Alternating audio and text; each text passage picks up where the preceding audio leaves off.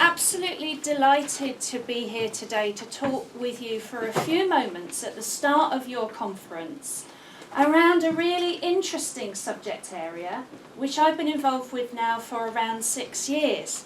And I'm hoping to share with you some interesting practical information, but also in the spirit of learning, Chris, as you've just mentioned, I also want to outline a couple of the challenges around some of the research that we've been doing. And I'm here for the rest of the morning, so if any of you have a chance to talk with me later, I'd appreciate that. But I put my Twitter address up there in case any of you want to get in touch later on. So the subject matter I'm going to be talking about is something called responsible and ethical sourcing.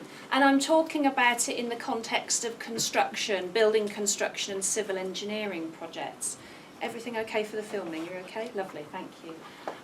So I've got a set of slides to go through, and I'm going to pick up on a number of things as I do that. But just to give you just a little sense, so my background is a little mixed. I've been through architecture and construction management. I did a PhD on concrete construction, and now I'm Associate Dean for Enterprise in our school at Loughborough. So a very mixed academic career, one might suggest.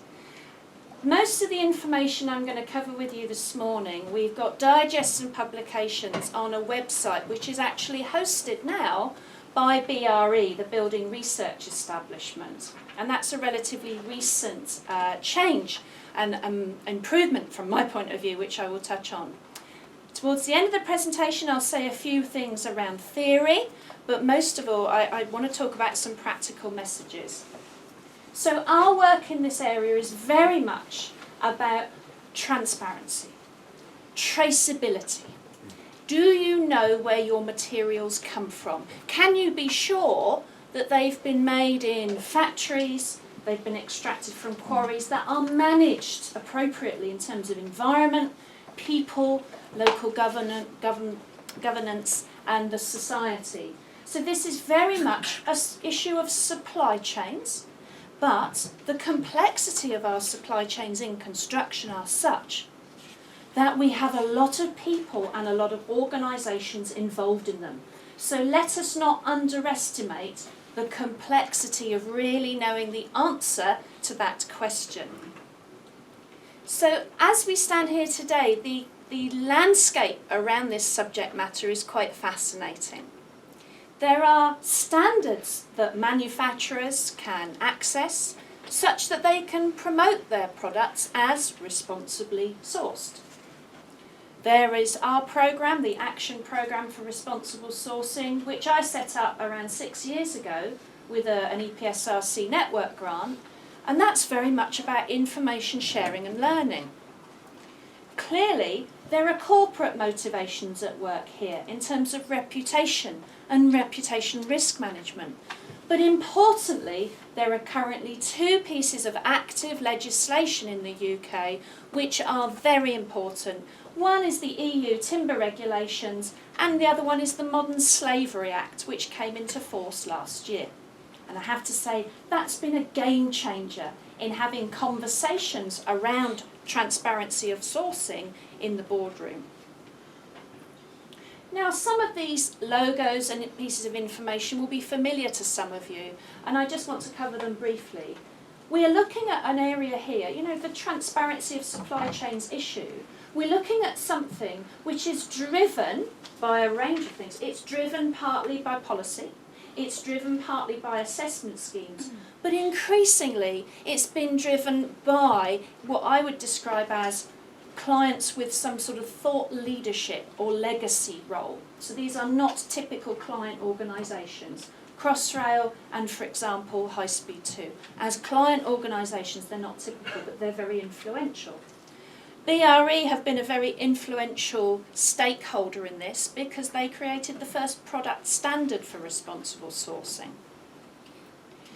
But the interesting thing here, and just a hands up, how many people are from universities and who are academics or researchers?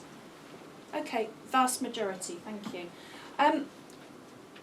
I've been able to get access to multiple organisations and get involved in some very interesting policy debates within those businesses because I was lucky enough to get a network grant from EPSRC. And at the time, it was only 80 grand, a small pot of money, but actually, choosing the subject matter and choosing something really tough was the right thing to do. So by drawing in industry to the subject matter, by hosting debates and having that open cross-supply chain exchange, that's how we managed to get the points that we're at now, where we've got really nice reputation with industry. But the one thing I want to tell you about this, don't underestimate the respect that industry has for academics. They see us as objective parties. They see us as objective stakeholders. So by being able to convene a debate, that gives us a privileged position. So don't forget that. Don't forget that. Industry will come to you. Choose the right subject would be my advice. So through a range of activities, what we've been doing is engaging with industry and engaging them in a subject area and influencing practice almost day by day through publications, through events, through sponsored doctorate programs, development of CPD sessions, etc. And really, this debate has moved on. I have a short time this morning to talk to you, but I started this around the product supply chain. Where does your concrete come from? Where does your M&E come from? We started thinking about products. But the Modern Slavery Act completely changes the game. Now, UK corporations over £36 million turnover are required by law to look at how they are mitigating modern slavery in their supply chains. So the question now has developed do you know where your people come from as well? And of course, if you're looking at a supply chain of products, you're talking about the people that you use within labour, the people that you employ. This has got much more complex. But because of the Modern Slavery Act legislation, suddenly the debate is absolutely legitimised in the boardroom.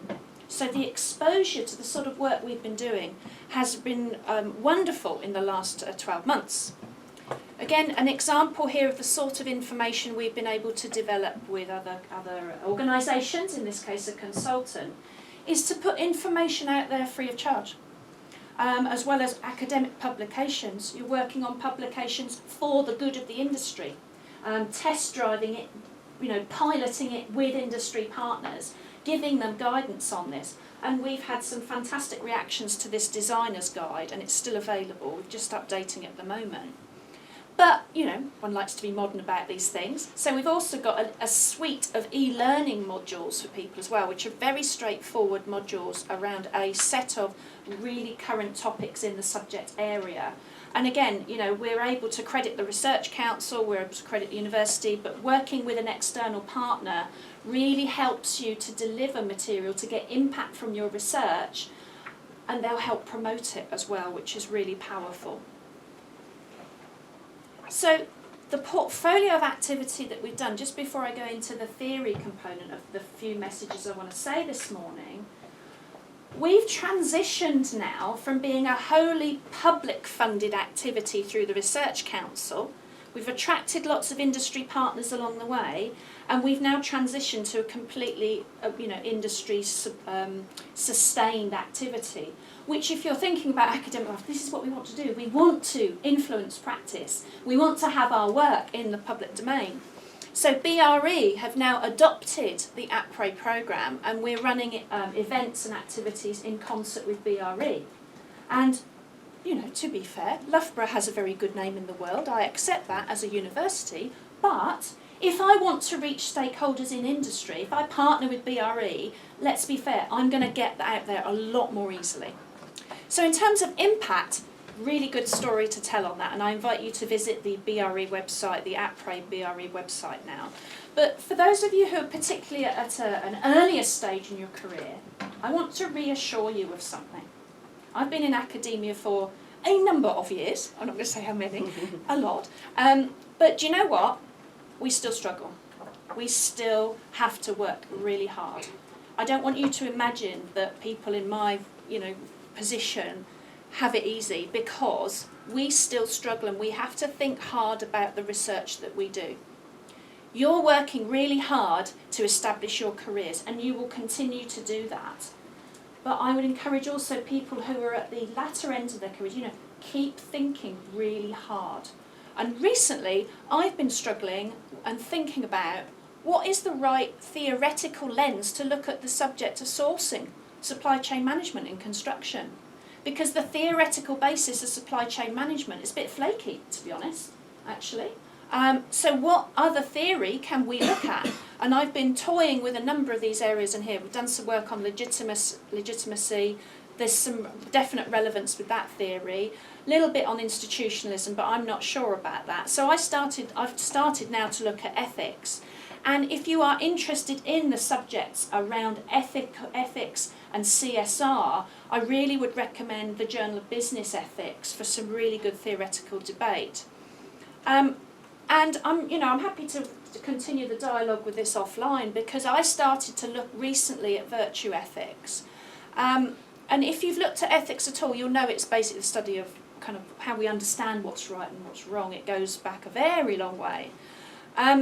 But this idea of virtue ethics, and there's a particular line here, the character of a moral agent as a driving force for ethical behaviour.